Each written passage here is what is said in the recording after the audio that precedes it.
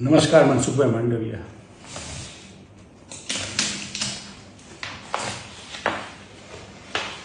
મનસુખભાઈ, આપને નહીં ધ્યાનમાં હોય પણ મારી ઓળખ આ હતી ને આ ઓળખ હેઠળ 10 વર્ષ દરમિયાન માણાવદરના વંથલીના ખેડૂતોના પ્રશ્નો બિયારણના હોય, ફર્ટિલાઇઝરના હોય, ધોવાણના હોય, પાક વીમાના હોય, ખેડૂતના પ્રશ્નનો સૌથી મોટો અમારા વિસ્તારમાં હતો અથવા ગુજરાતના 57 તાલુકામાં હતો તે ડાર્ક ઝોનનો હતો.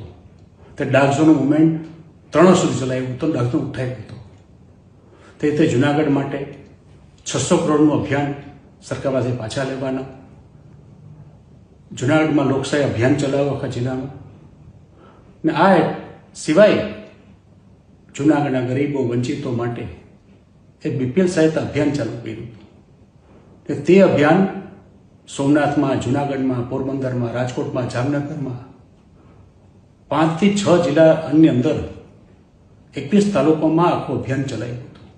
ને તે હેઠળ 75,000 ઉપરાંત ગરીબોને BPLના લાભ આપેલા હતા.